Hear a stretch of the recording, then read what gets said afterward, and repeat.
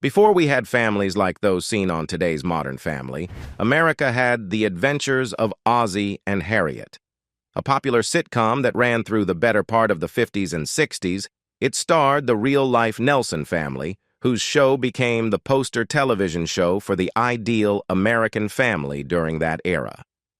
But you will soon find that everything was not as perfect as it seemed. From law school to a dance band. Oswald George Nelson, known as Ozzie, grew up in New Jersey and attended Rutgers School of Law in Newark after high school. To make extra money, Ozzie played the saxophone in a band and also coached football. Despite being repeatedly rejected as a vocalist for the Rutgers Jazz Bandits, Ozzie didn't let it get him down. In his free time, he formed a dance band that surpassed all expectations and became wildly successful.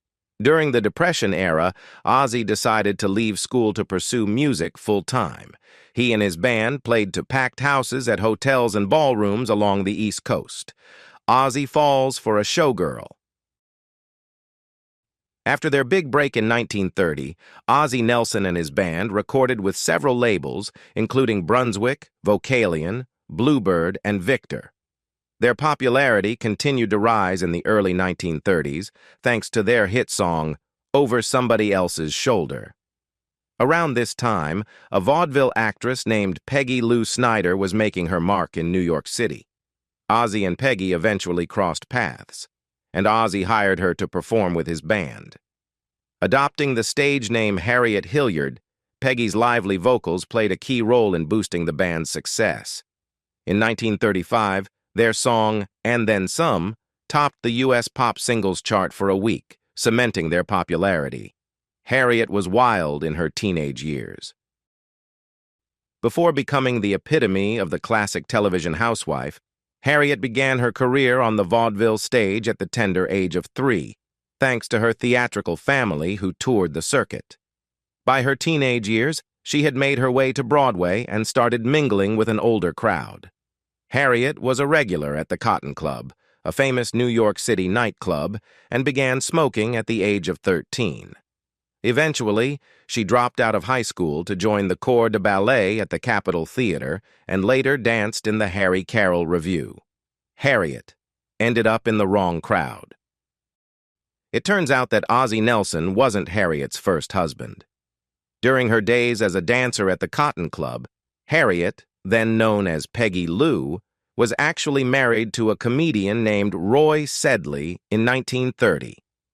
Harriet, who was only 21 at the time, soon discovered that associating with the wrong crowd could lead to trouble. Roy was allegedly abusive throughout their marriage, and they separated a year later. The marriage was finally annulled in 1933. Fortunately, it was during her dancing days that she met Ozzie, and the rest, as they say, is history. Ozzie and Harriet had undeniable chemistry. Many people would say that Ozzie and Harriet were a perfect match. Harriet's energetic and witty persona was the ideal counterpoint to Ozzie's laid-back and tentative character. Their on-stage chemistry was undeniable, with their contrasting qualities creating natural comedic relief between the band's songs that resonated with audiences. As their off-stage relationship blossomed, they decided to tie the knot in 1935, just 3 years after Ozzie hired Harriet for his band. By the 1950s, Ozzie and Harriet had become America's ideal fantasy couple. The two dominated the silver screen.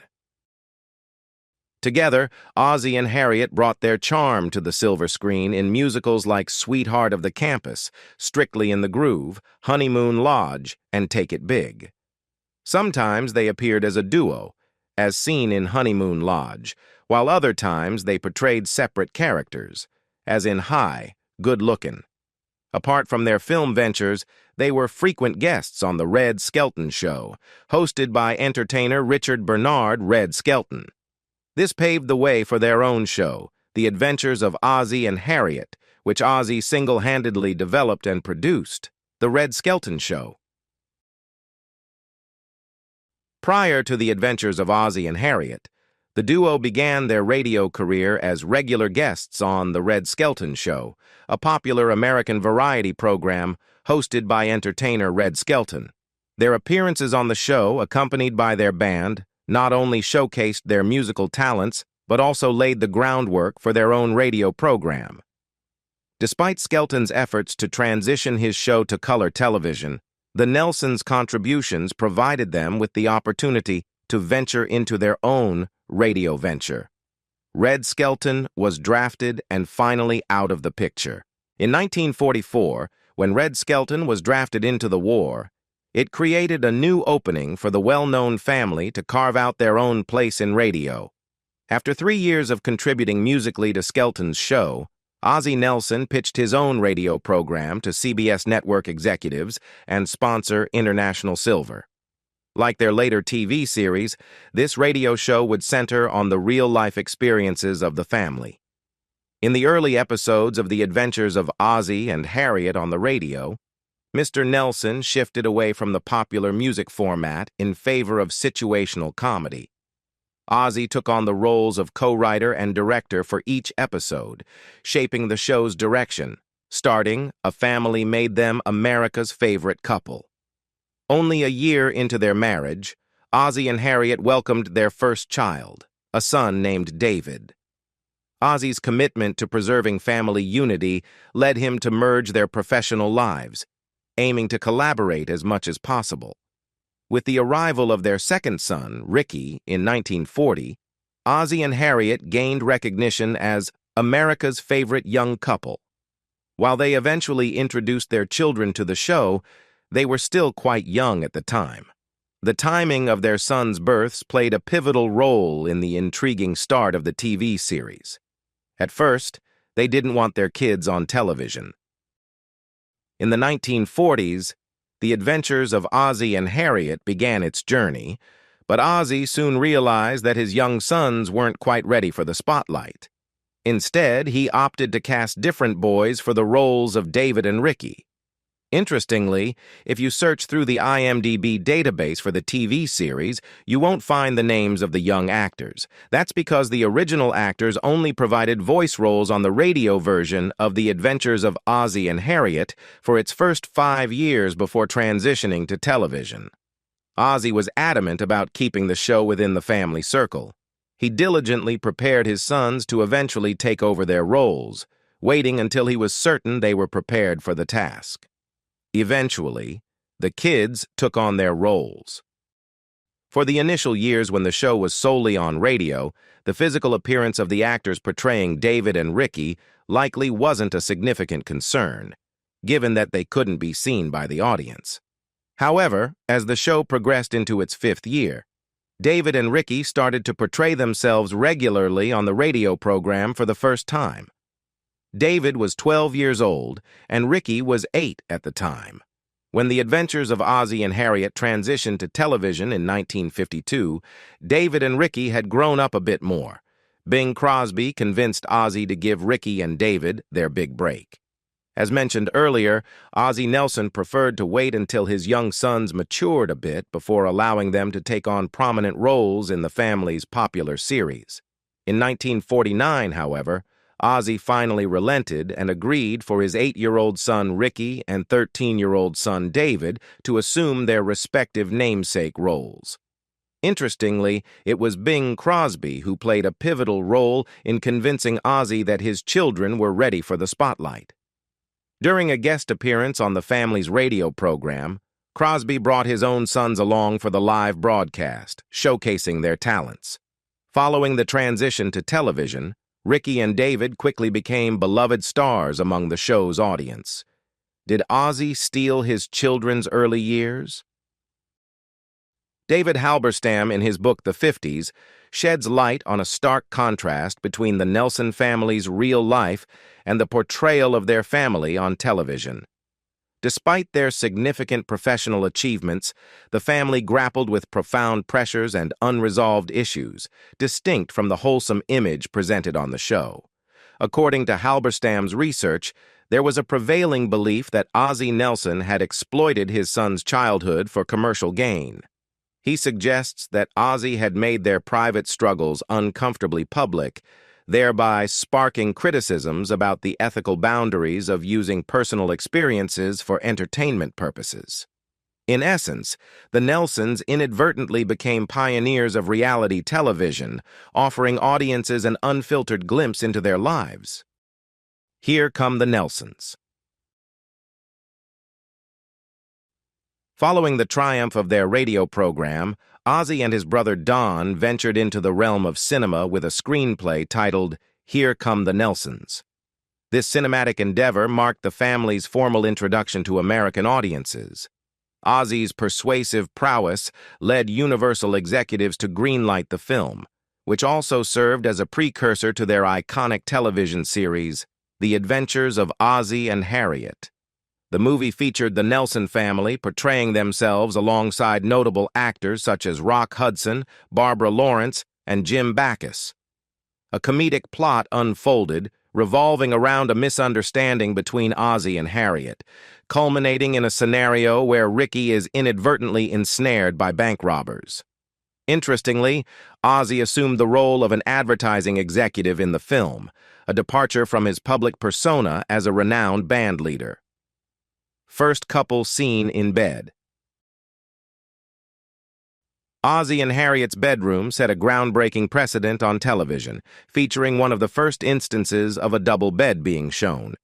In an era where depicting a married couple sharing a bed was deemed scandalous, their portrayal challenged the norms of the time. Prior to this, TV couples' bedrooms typically showcased twin beds separated by a lamp on a nightstand. This departure from the norm can be traced back to the Hays Code, a set of industry guidelines aimed at regulating content in Hollywood. These censorship rules dictated that scenes featuring a man and a woman in bed together were to be avoided or carefully moderated. If such a scene was depicted, one character was often required to keep a foot planted firmly on the floor, adhering to the strict standards of the time. Their own house was used for the show. The opening credits of the TV series featured exterior shots of Ozzie and Harriet's real-life residence, nestled in the scenic Hollywood Hills above Hollywood Boulevard. Although the couple didn't shoot the series in their actual home due to logistical reasons, they opted to recreate the interior with meticulous detail on a Hollywood set. Ozzie aimed to infuse authenticity into the show, hence the decision to replicate their family home for the small screen. This approach allowed viewers to feel like welcomed guests in their household. Interestingly, the original house still stands today at 1822 Camino Palmero Street in Los Angeles, California. The family's home was renovated and resold in 2013. Built in 1916, the Ozzie and Harriet residence underwent a significant transformation nearly a century later, when it was sold for $3 million in 2013. A real estate investment and development firm took on the task of revitalizing the historic property before reselling it for $5 million. While much of the home's exterior remained intact, some modern updates were made, including the removal of shutters for a contemporary aesthetic. Situated in a prime real estate area, it's likely that further renovations may occur in the future. Now, let's delve into a less favorable aspect of Mr. Nelson's legacy: split personality. On screen, Ozzie's portrayal of a bumbling dad on The Adventures of Ozzie and Harriet perfectly complemented Harriet's vivacious and witty demeanor. However, off-screen, Ozzie was far from clumsy.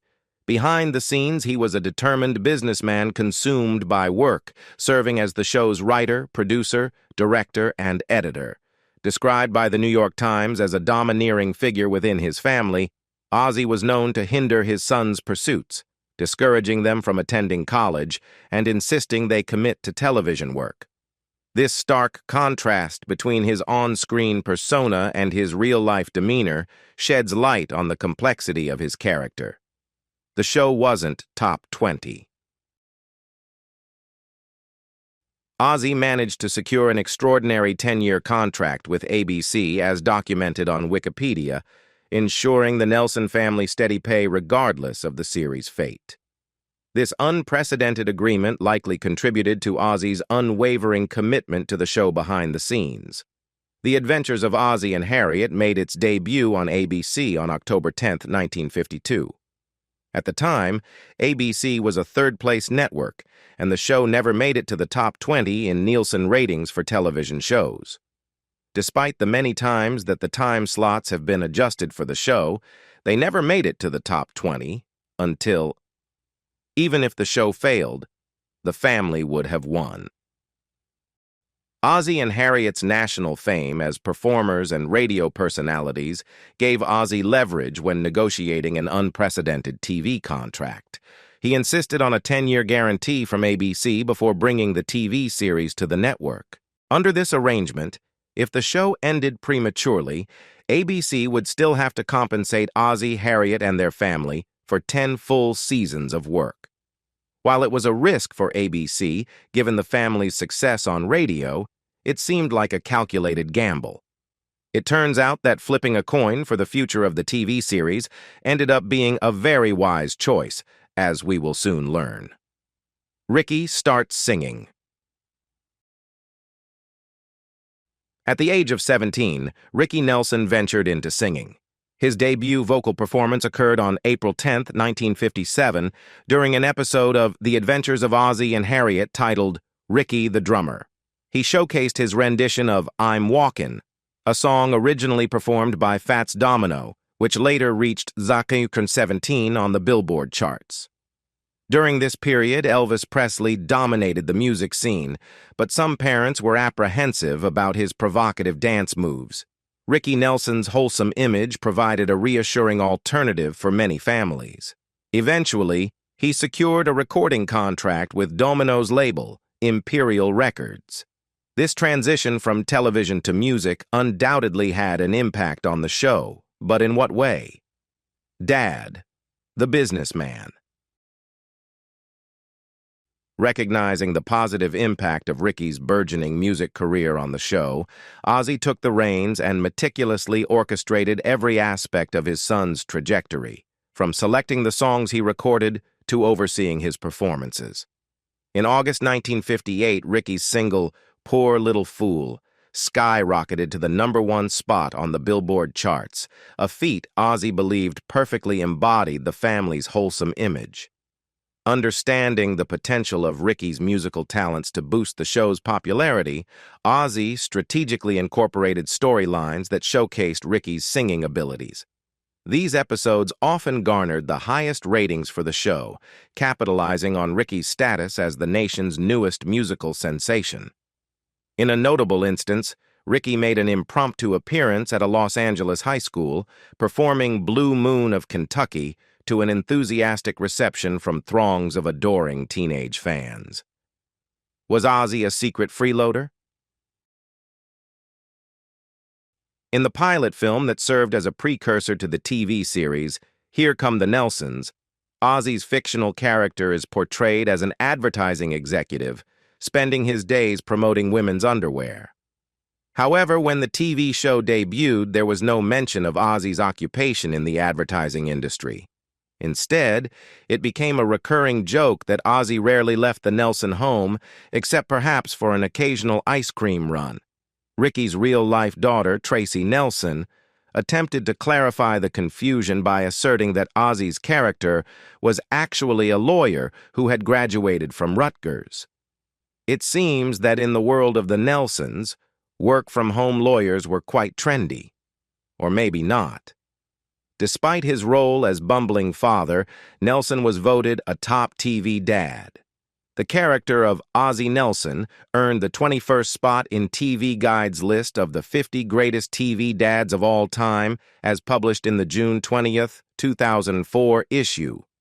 While the TV show undoubtedly struck a chord with fans during the 1950s and early 1960s, Ozzie's character wasn't exactly what many would consider a model father figure.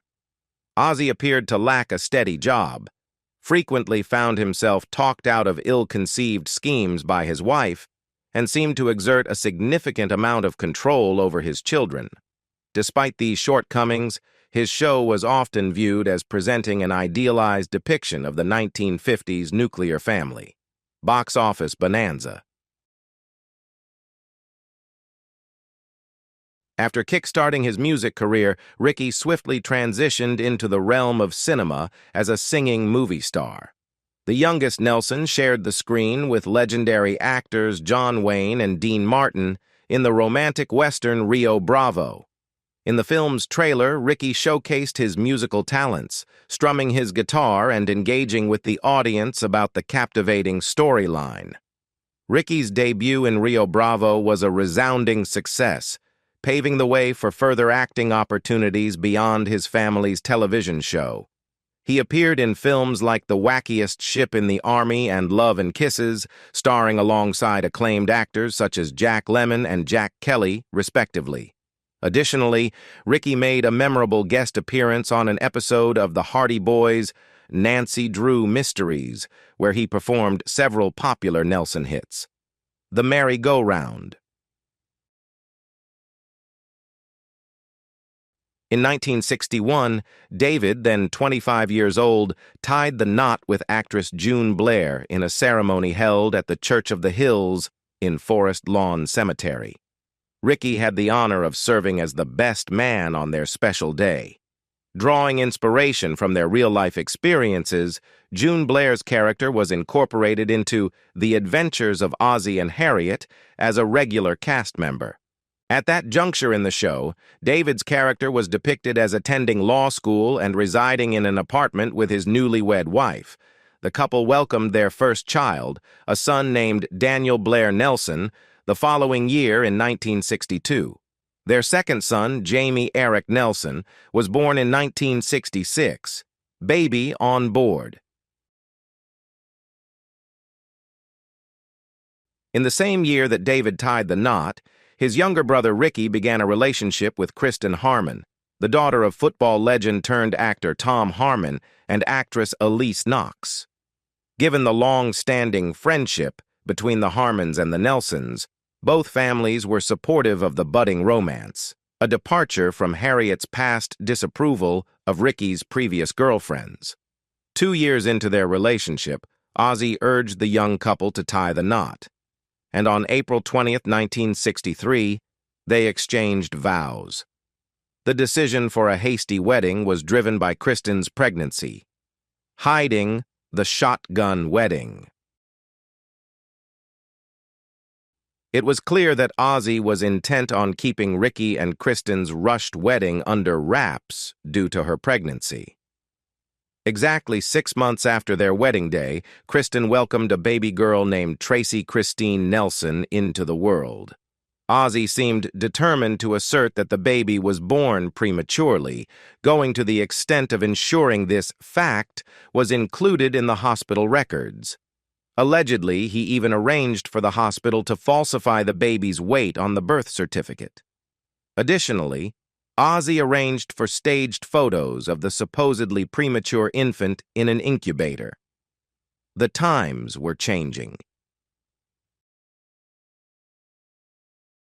During the 1960s, American television underwent significant changes reflecting shifts in the country's social landscape. Ozzie, serving as both writer and director, made efforts to adapt the show to resonate with its audience.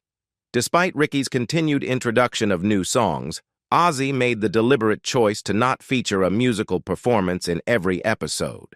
By 1965, Ricky's record sales were declining as well. The nation was experiencing profound societal changes, and Ricky's wholesome image began to work against him. Moreover, The Adventures of Ozzie and Harriet started to feel increasingly out of touch with the times, with the Nelson family representing the traditional values of a bygone era. Breaking records. After 22 successful years on the air, 8 on the radio and 14 on television, The Adventures of Ozzie and Harriet finally concluded its run on April 23, 1966. At the time, it stood as the longest-running live-action American television sitcom. However, in 2016, its record was matched by It's Always Sunny in Philadelphia, which was renewed for a 13th and 14th season. With a total of 435 episodes, The Adventures of Ozzie and Harriet proudly held the title of the longest-running sitcom in television history.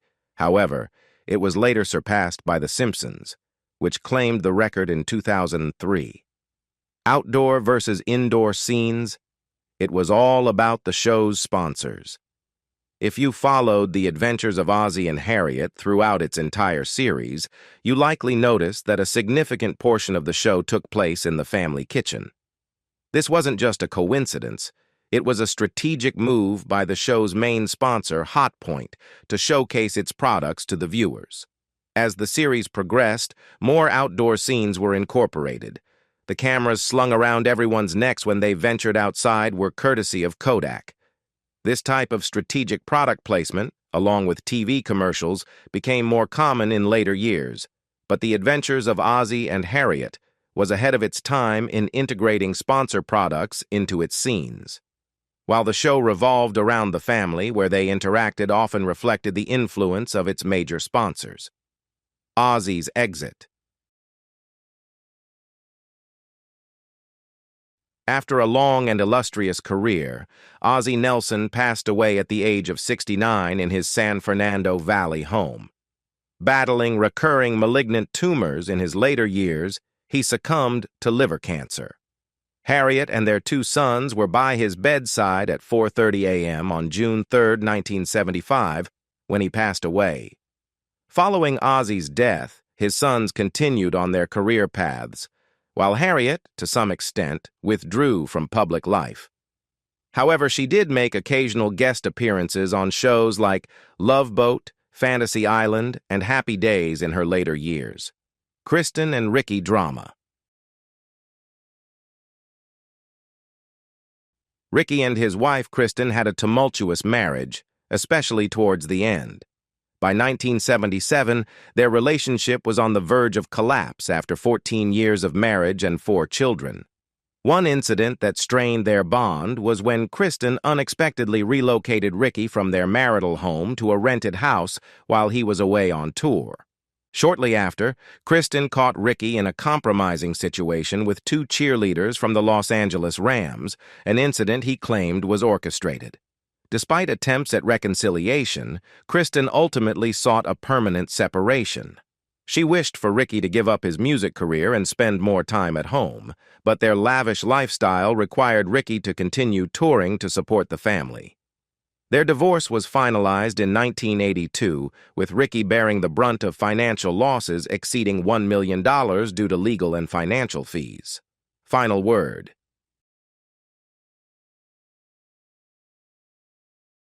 The enduring tales and escapades of Harriet and Ozzie are cherished by fans for their exploration of real-life themes, spanning from heartwarming family comedy to the boys' adventures and Ricky's musical moments. To put it simply, it stands as one of the longest-running live-action comedies in American family television. While a show like It's Always Sunny in Philadelphia has caught up in terms of years on air, it still lags behind by approximately 300 episodes, reflecting the differing production models, especially prevalent in free cable programs. Both the show and the Nelson family have left an indelible mark on the annals of American radio and television. With the potential for the second generation to continue the Nelson adventures and the possibility of a remastered series in the future, it's reasonable to expect that the legacy will endure for years to come.